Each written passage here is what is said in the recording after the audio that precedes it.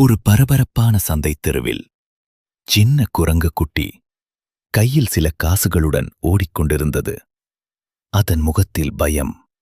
ஆனா மனதில் ஒரு எண்ணம் மட்டும். என் அம்மாவை காப்பாத்தணும். அதன் பக்கத்தில் ஒரு சின்ன நாய்க்குட்டி. அது அமைதியாக அவன் கையை பிடித்து நடந்து கொண்டிருந்தது. நான் இருக்கேன், பயப்படாத என்று சொல்லாமல் சொல்லியது. கூட்டம் அதிகம்.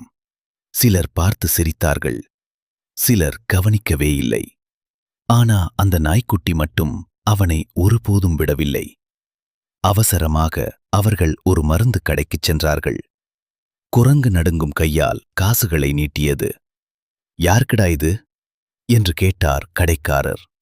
கண்ணில் நீர் நிரம்பி, என் அம்மாவுக்கு என்றது. அந்த நிமிடம் நாய்க்குட்டி மெதுவாக அவன் தோளில் தலையை வைத்தது.